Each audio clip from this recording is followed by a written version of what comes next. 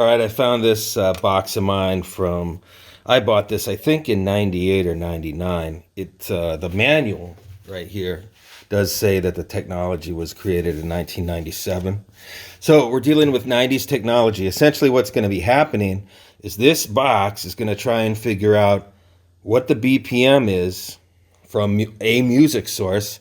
In this case, we're going to use a turntable and a CDJ, so line level CD player. And it's going to take that audio, that waveform, and it's going to convert that to a BPM.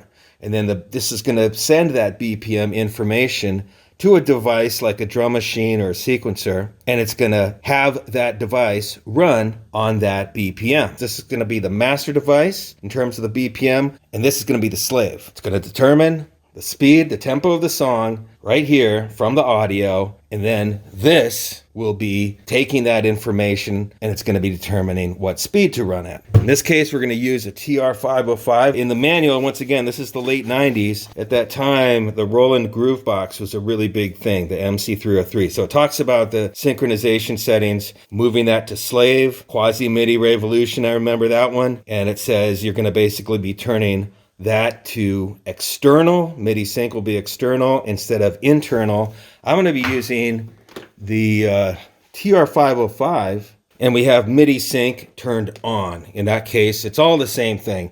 It's basically saying it's going to receive information from a master device. On the back here, you're going to see all the connections. Over here in the front, we're going to do our CDJ on channel 1. Channel 1, that's going to correspond to this channel over here, which is the blue tape. We're going to do the turntable on channel 2, and that audio will be running into the green channel over here. Essentially what's going to be happening in the back here, you see channel 2, it's flipped around. We're actually going to be doing option A, as you see, where we have the sound sources going into each channel. The picture that they show you is from behind, so it's reversed like this. So from behind, you see this is channel 2, this is channel 1.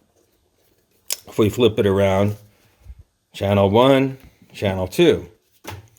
So we'll start with channel 1 right here, which corresponds right over here. We're going to be using the CDJ. We're not going to be using phono, so we wouldn't have it on phono. We're going to hook it onto CD line.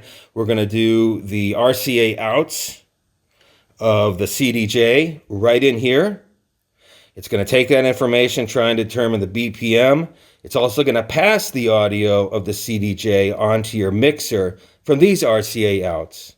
And those will go, in our case here, to the blue channel.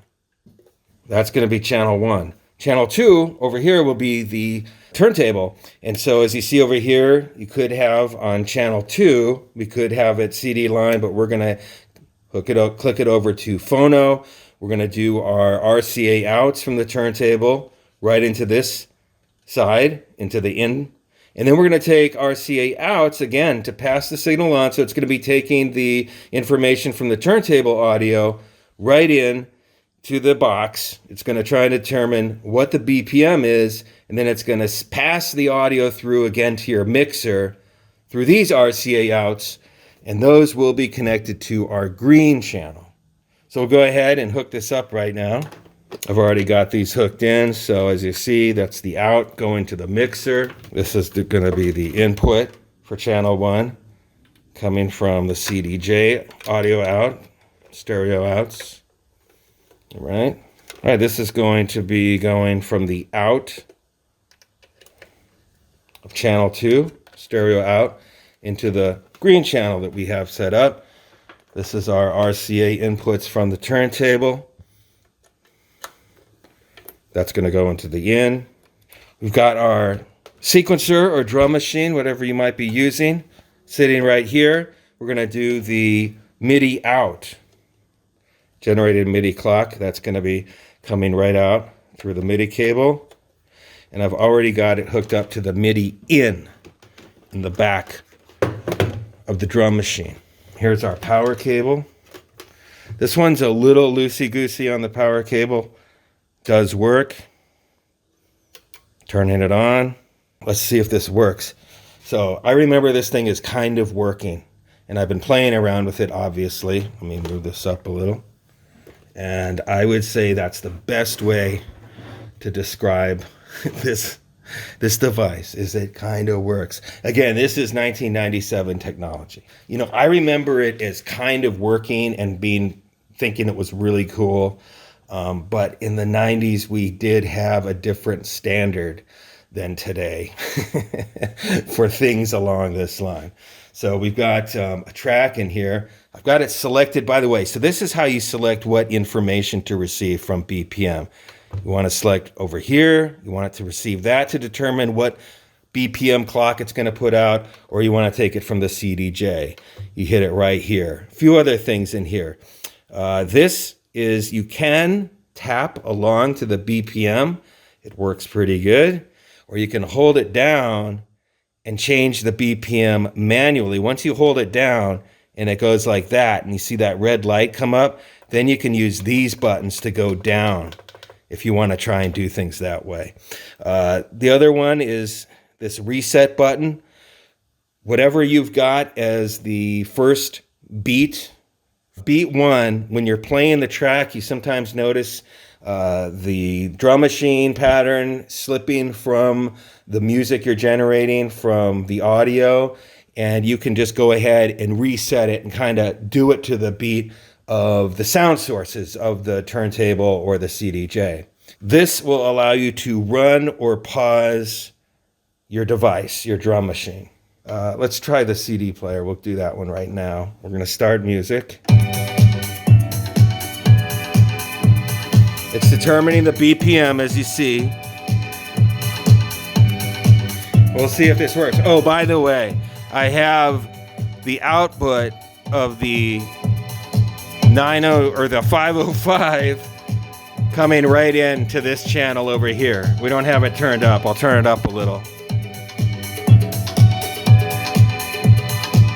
All right, so here we go.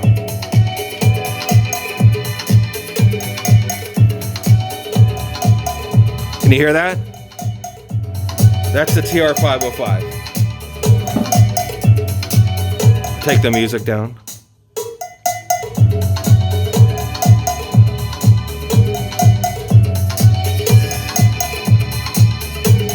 Now we'll change the BPM a little bit, and we'll see if it can keep up. I mean, bringing the BPM up, the tempo up. As you see, it's hanging in there with it. It's a good one. And it changed right over here.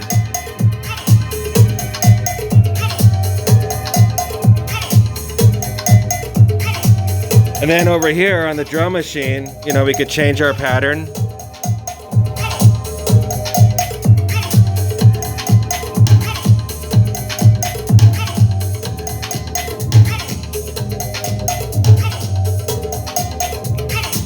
And then I changed it back. I didn't really like that right there, but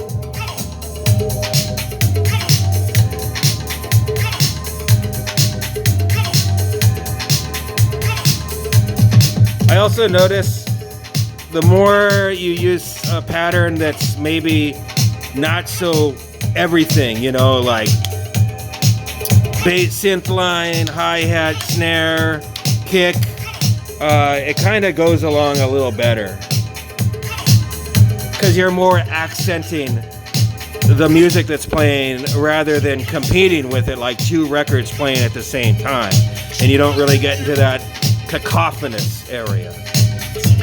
All right, so that's the drum machine. Now, I don't know if you hear, maybe it's slipping just a little. So I'm gonna listen to the music. Did you hear it? I kind of recalibrated.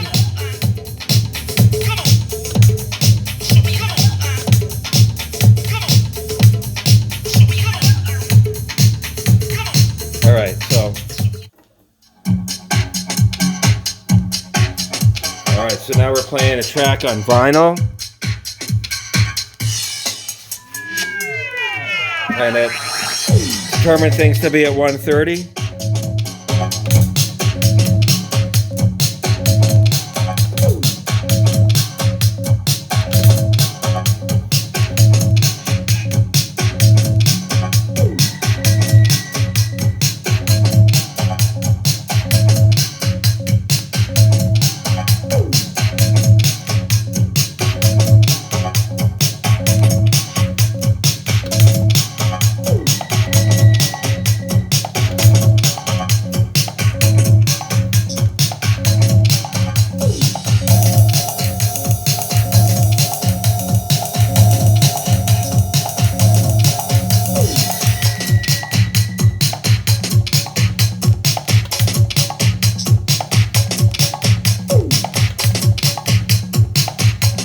Let's see.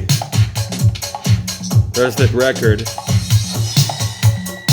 There's the drum machine.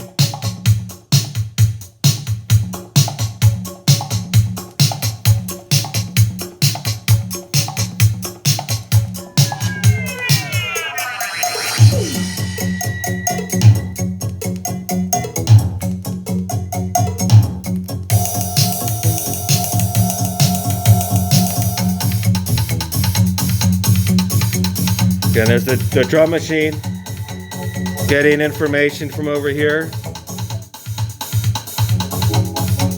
So I just took the record down, obviously.